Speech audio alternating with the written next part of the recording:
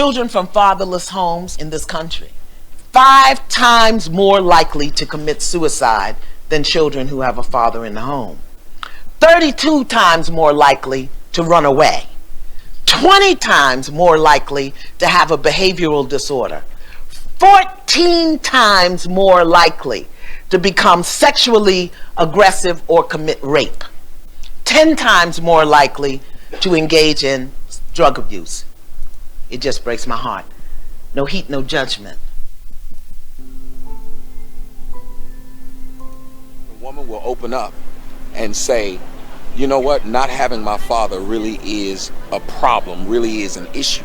And I wish we could get more black women to just point out, wait a minute, it's not cool that your kids don't have that father. It's not it's not cool that you didn't grow up with yours. It's not, I don't need no man. It's not, fathers don't matter. It's not, niggas ain't shit. It's actually, we as a people, we as a culture, we as a community have to deal with each other. And in dealing with each other, if we're creating children, if we're having little innocent beings who only thing they know about themselves is what we present about ourselves. I don't know if that makes any sense to any of you guys. If you are a Jew and you know that you must be a doctor, a lawyer, or something like that, that matters. Your goal is higher. What you want to be in life is exalted. But if you think about what happens with us as black men, our goal in life is where? What do we have to look up to? Who do we have to look up to? Was our fathers impressive? Was our grandfathers impressive? It doesn't even matter what you say sometimes to your children. It's what you do. It's what you have. It's the presence you command. It's the maturity of how you deal with each other and deal with other people. And that's the biggest thing we need in the black community. Where does that start? To me, it's with fathers. If your man is confident, your man is proud. When your man is proud, he loves what he has. He protects what he has when he has these situations. And that's when you, as a woman, as a man, as a family, as a community, that's when we'll be better. When we actually care about each other. It starts with the fathers. It starts with the relationship and the children.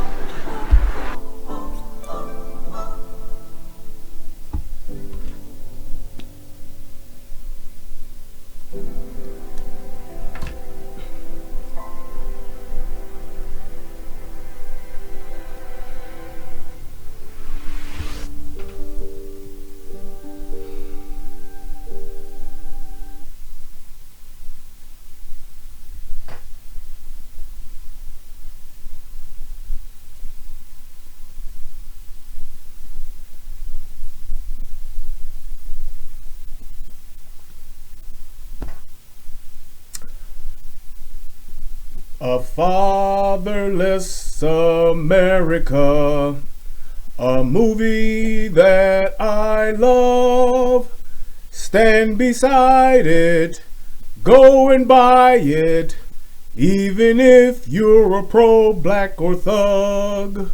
Whether you love him or you hate him, his truth and logic can't be denied. A fatherless America you need to buy. And to all you Soto haters, y'all fuck ass niggas need to die. What's going on, everybody? It's your boy Brian Redmond, and yes, we is up in this mother one more time. Let's get it cracking. I am here to review my brother's movie, and hey, I did not like the movie. I didn't like the movie flat out. I loved it. You like potato chips, but goddamn it, I love barbecue Lay's potato chips. You see what I'm saying? You like Sir, you like a Ford Expedition, but goddamn it, I love a Cadillac Escalade. You see what I'm talking about? So hey, I didn't lie. I'm just telling the truth. I didn't like the motherfucker. I loved it. I fucking loved the movie. That's what it is. It's a difference between like, there's a difference between love. All right, that's what I'm talking about. So without further ado, I'm going to dive right in. And I do have a few points that I want to make about the movie and that I feel need to be said from my perspective, so you can hear straight from the horse's mouth. That's all I'm saying. So first and foremost, I just want to say, as far as the idea of the movie itself, this is something that has been going on for, I would say, since I would probably say around since the late 60s on up. So we talking some 40, 50 years, 60 years now, because we about to hit 2020. So we talking about some 60 years now that this been going on, right? And the fact that, you know, where it started from and where it is today, I never thought things could be like this. I never thought it would be to this point, or things would have gotten this bad for our, not just our people, but even so, more so of our country. And the fact that Tommy stepped up and he called bullshit, and he said, bullshit alert. He was the one that actually called this out. I don't know of anybody before this man that called out this entire phenomenon that has taken over our country and has just directly, more so, I believe, had the hardest impact on the black folks, black Americans, African Americans, Negroes, niggas, whatever you want to call it. I believe that that's what this has definitely been the most, or the hardest blow that we have suffered as a community, as a people. I believe that this is it. This is what you would call the smoking gun, if you will. So with that being said, I believe that was my first, I guess, thing that I realized about this movie and just about the entire Soto Nation movement. And it's like, it's one of those things to where when you look at just how important fathers are, and it's not a thing, a lot of people get this confused to where it's, you know, oh, well, it's just a man thing and it's just about fathers this and fathers that. Well, you have to look at the nucleus or the center of what family is, and it is, and always has been and always will be, about the men. The man is the seed. The man is the one that the whole entire family, it feeds off of him. What he says, how he carries himself, what he does or what he doesn't do has a direct impact on everybody else that is connected to him. And that is extremely important, and it's something that we as a country have kind of like shied away from and taken attention off of. And when you look at other races, when you look at other cultures, when you look at those other people that really do thrive, really have a lot of forward progress and just are, you know, being successful in a lot of areas, they have that piece intact. The father is not only just somebody who is, you know, looked up to, but it is the man himself is absolutely 100% appreciated. He is absolutely 100% at the focal point of the family, and everybody benefits because of that. And that's one of the biggest things that I like about this movie. And when you move that into the problem side of the things we have in our communities as black folks, and when we have in this country period, when you look at just the household of today as it being as unstable as it is, say what you want to say. You could talk about, and even for the pro-blacks out there, y'all could talk about the white man, y'all could talk about all of this stuff that didn't happen because we've been marginalized. You can talk about all of that. But if you take it and you really honestly look at it, you can see factual data that will absolutely take it all the way back to the family. And at the center of that would be the father. We have gotten into a mentality, and we've gotten into a type of culture now to where the mother is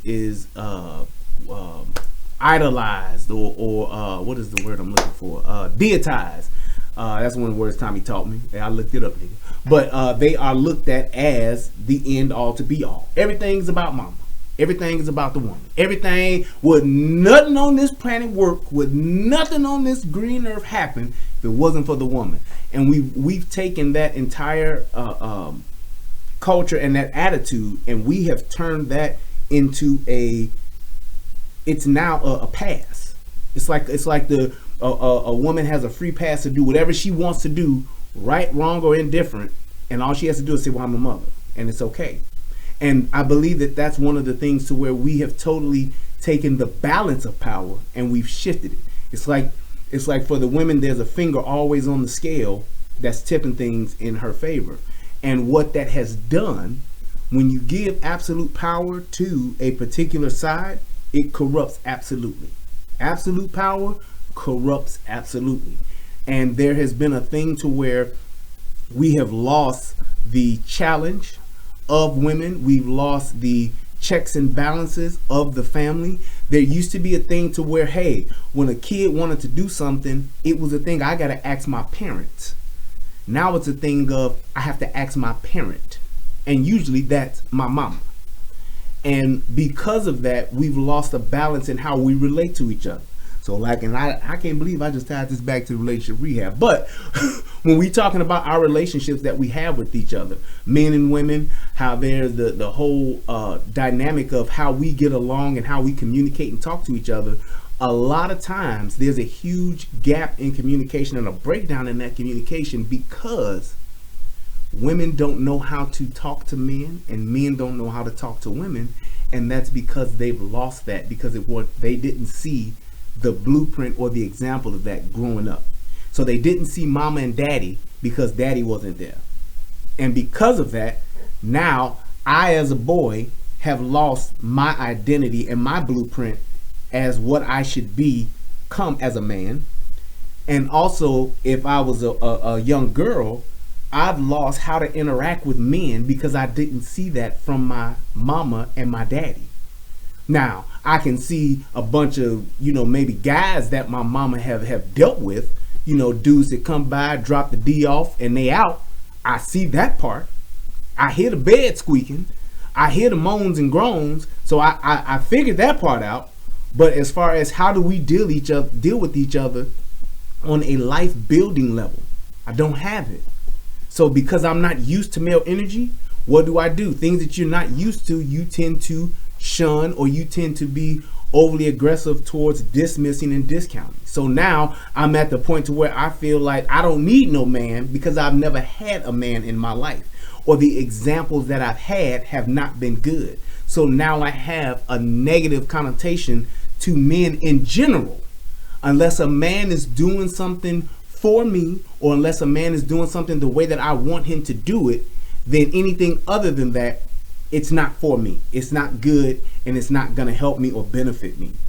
And I think that's one of the biggest things that not having a father in the home and not having fathers or good fathers and good role models in our lives, that's what it's done to us. It has totally broken down the ability for us to be able to communicate with the opposite sex, which is why we have so much divorce, which is why we have so many problems as men and women. That's why it's that way. And when you look at the whole balance of power in that, women have the greater majority of power in relationships today when it comes to the legal side of things. You look at how that is now, essentially they're in charge. When it comes to getting a divorce, when it comes to, divorce decrees, when it comes to child support and all of that, it favors the women instantly. That's how the system is set up. Our politicians have done it that way, it's set up that way. But when you look at how it's been, right, over the past 50, 60 years, look at where it's gotten us. Our families are worse off than they've ever been. Black, white, and whoever. They are worse off than they've ever been. The whole thing of the idea of the feminist movement and having this women's us too, me too, is women's turn and all of that, what it's done, it's taken everything out of alignment, which makes it not function properly. So yes, you have all of these wonderful women at the forefront, and you see this wonderful facade of a woman, but what's actually backstage, what's actually in reality, it's a bunch of dysfunction. And it causes so much disruption in not just their lives, but it causes a disruption in the entire family dynamic, to where the children suffer, the cousins suffer, the aunties suffer, everybody's suffering from it. So one of the things that this movie has done, it calls that out. And it's not a thing of it being where men want to run and rule everything. What it is that everybody has a position to play on a winning team. And with that position comes responsibility. With that position comes accountability. And when you have those things when you have the right people playing the right position, that's when you win. That's when you win. And this is one of those things, I believe this is that first shot, if you will, that's ringing out to say, hey, we need to look at this, because this is why so much other stuff is not right. This is why there's so much violence in our neighborhoods. This is why there's so much, so many things going on mentally with our children. This is why there's so many things going on with just the overall, the sexual assault and abuse of our children. Let alone, not even talking about the adults, just the children alone. When you look at just the sex trafficking, when you look at the sexual abuse and the child pornography and all of those things, do you know who the true gatekeepers and centurions of that is? It's the fathers that protect those children. That's how it's supposed to be. And because they're not there, because they're not in the home, which is one of the things that Tommy talks about, it's like, because they're not there, there is so much vulnerability in the family now, to where the right dude comes along at the right time, says the right thing, got the right amount of resources, he can have his way with not just that woman, but her children. And that's a cold, hard fact. He can have his way, he can do whatever.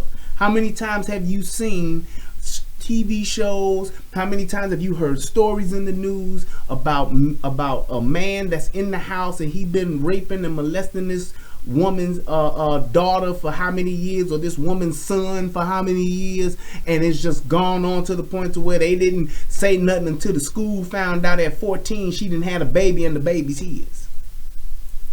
Happens all the time. And it's like Tommy bringing or putting a spotlight on the fact that we don't have fathers in our homes, which is why we're where we're at today. I think it's paramount. I think it's one of those things to where nobody wanted to do it, and nobody thought about doing it, or nobody had the balls to do it, and he did. He actually did, and for that, it's like I give him nothing but kudos, nothing but the utmost respect, and that relationship rehab salute goes to him. It really does. And watching the movie, one of my biggest things that I loved about the movie, or my favorite part, if you will, my favorite part of the movie, which was such an enlightening, and it was so like a wow moment for me, was when Tommy was on his block, and he talked about him being in this house right here where he grew up, and literally a few houses down is where his daddy stayed with a whole nother family. That to me was epic. The fact that he was back on that block and didn't know that his father lived down the street and was living with his family, and the fact that he was able to just be transparent in that and tell, that story of saying, this is what I grew up in, it speaks volumes as to what our neighborhoods and our communities are like. We always talk about the black community this and the black community that. We talk about that all the time, but when you look at the real dynamics of the black community, you see that. And that just made me think about when we talked about the whole R. Kelly thing, and we talked about how there's so many child predators, and how these older dudes are always sleeping with these younger girls in the neighborhood, and everybody know it, but don't nobody say nothing about it. And it's like when you think about a woman who's sleeping with a man literally down the street, on the same block, in the same hood. It's like, for those type of things to be going on and we're not calling it out, that's the thing that is so, it's so enlightening to say, hey man, we see this and we looked at this, but we don't even think to say, we need to stop that. We need to change that. Those are the things that we need to not try to sweep under the rug and hold as a family secret, but we need to call those things out, because people should be ashamed of doing those type of things because it's wrong. And the fact that the person who suffered from that was himself, and he's talking about that very same thing, I think it was powerful. It was very, very powerful. And with that picture coming up too, I did love the part with the girl in the park. She was so authentic and genuine and just raw with her feelings. You have to, and so many people say that that's their favorite part, but that part of him being on that block is what man, that one got me. I was like, wow. Could you imagine being on the same block, not knowing that your daddy right down the street, and he already got a whole nother ready-made family? A whole nother ready-made family. It's like to be in that type of situation as a kid. Damn, the dynamic of the adult piece. The woman who's with that man, and they both then crept off and then did their thing, and they doing all this shit under the table or whatever, or behind closed doors or in secret. It's like to be in that type of situation as an adult. That is like mind blowing itself. Like pulling off that type of shit. It's like it's just terrible to do something like that to yourself. What kind of self-esteem do you have to where that's what you're doing to yourself? But to have a kid in that and not really know what's going on, not knowing the full truth about it, that would be just devastating, man. To not know your daddy lived right down the street and he got a whole nother family that he went and taken care of. That was powerful. But that was my part. Now, I will say this. There was the thing I didn't like about the movie, because there was one thing. And I hope that Tommy is watching this. I hope he see this on the replay, because this right here is something that really it hurt my feelings, and there's only one way to redeem himself for this. The fact that I wasn't in this motherfucking epic movie is a problem. Nigga, you ain't shit. I don't care if you just pencil me in the motherfucker or something. Just a picture, a still shot of me, like, yeah, my boy, something, you damn it. And the only way you can redeem it is that I gotta be in the next whatever the fuck Soto Films is doing. Hey, I better be in it. If Soto Films got a Jax tournament, y'all remember Jax, the little spike thing you take with the little ball and you drop it and you pick up your onesies and you drop it again, you pick up your twosies. If Soto Films do that, damn it, I want to be in it. I want to be in it. I want to have my turn in the Jax tournament. I don't care if you do a documentary about number 2 pencils, I better be in it. I think of something to talk about. I don't care what it is, damn it. I don't care. You just better figure it out. If you do a movie talking about shit, I know it don't matter. You can talk about anything. Talk about anything. I better be in it. Hey, we doing Soto Films got a movie that's talking about badminton. I better be in there with the little thing, the little birdie. Like, yeah, see the birdie. The objects of the birdie is the target. It's like your goals you're setting in your life. You're trying to hit it over into the field of success. I'm gonna make up something, damn it. That's what I'm gonna do. But that was the only thing I didn't like about it. Other than that, I hope that this helps somebody become a better version of themselves. I will say this. Tommy is singing a song for me.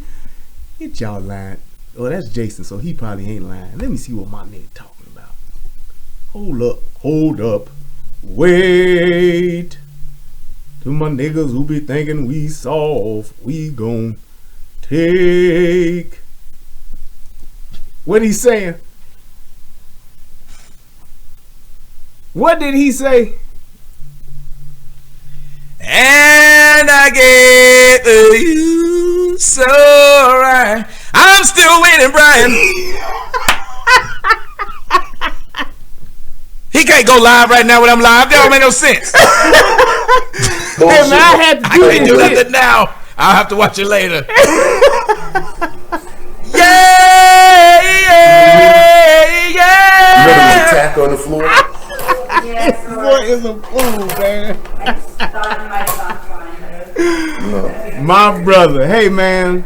Look. Nigga got tattoos on his knuckles. We gonna do this. While he live in a secluded neighborhood with his family. We gonna get it cracking. Hold He on. live with Hold his the damn family. My brother, boy. That nigga hard as shit. You said these gunshots. I know, right? Yeah. Like, why poke the bear? Just Let me go ahead and finish this up, get back on track. But what I was about to say,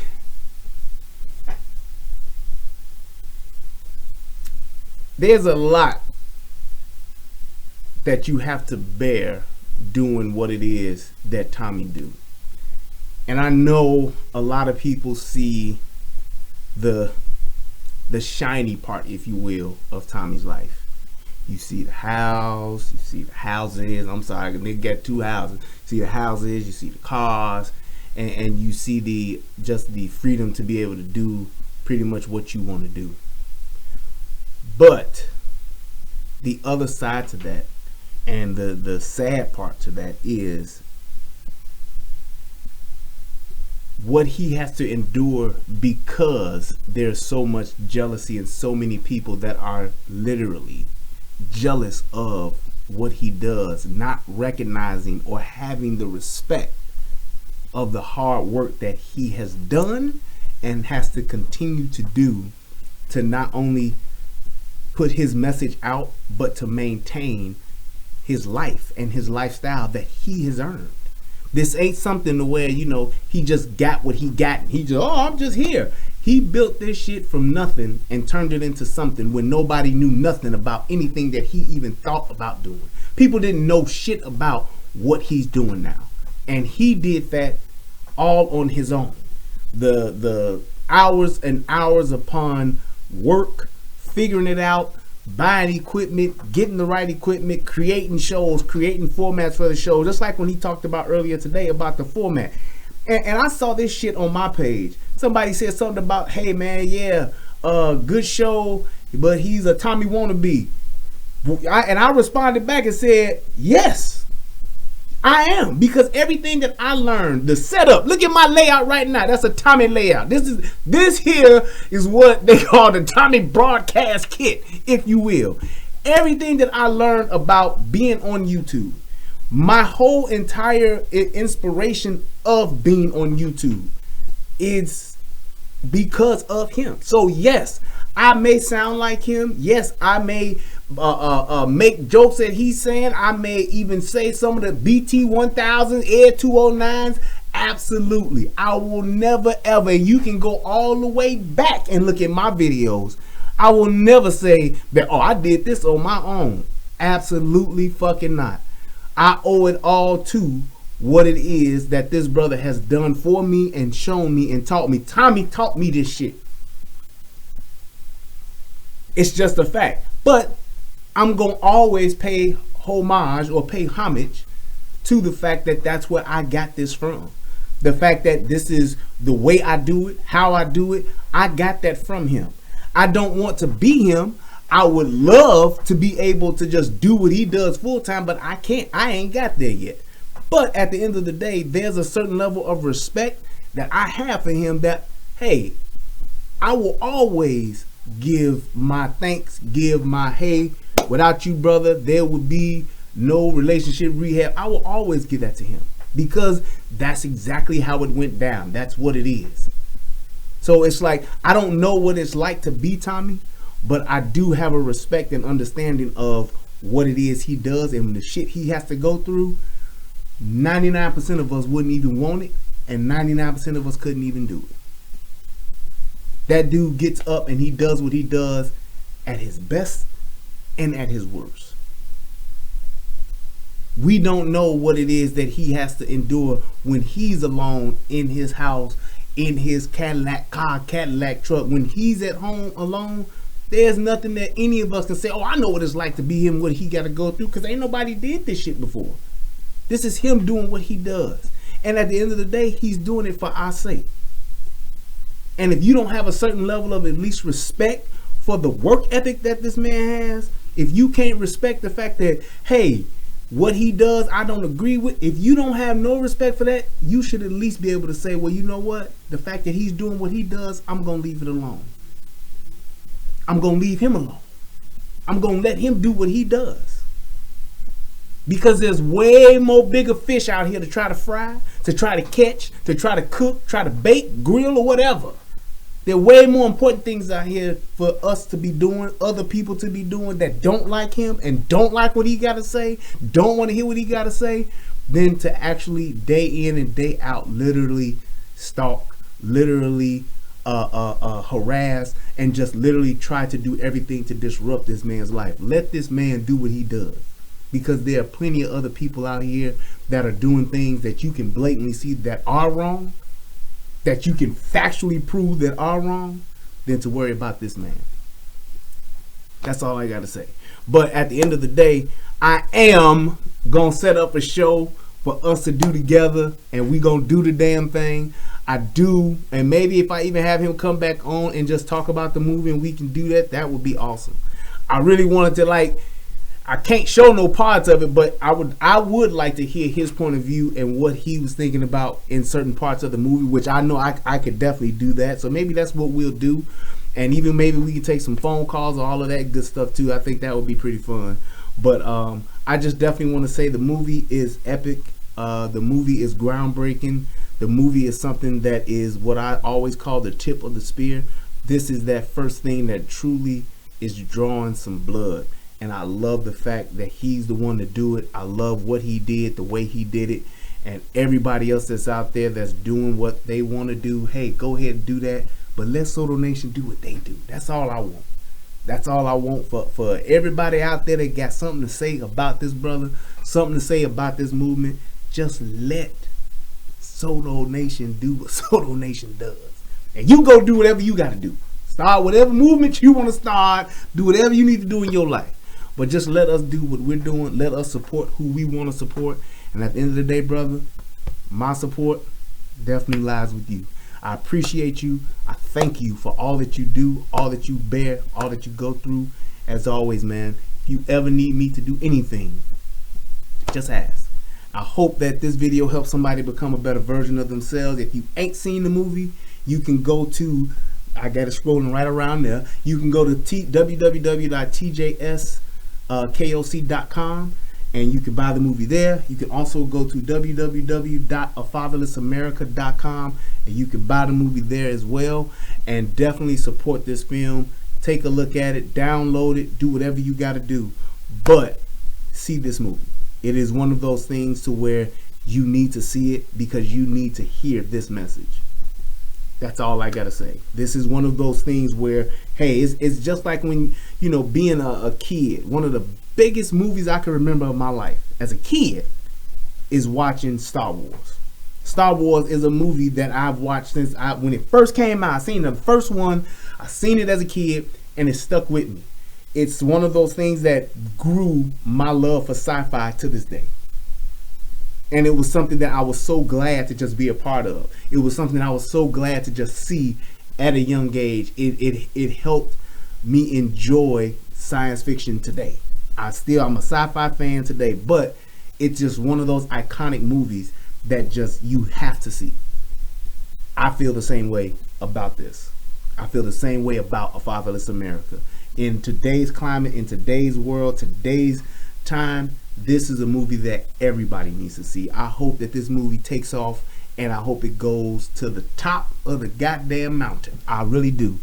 But I thank everybody for watching. I hope that this helps somebody become a better version of themselves. I said that like 4 times.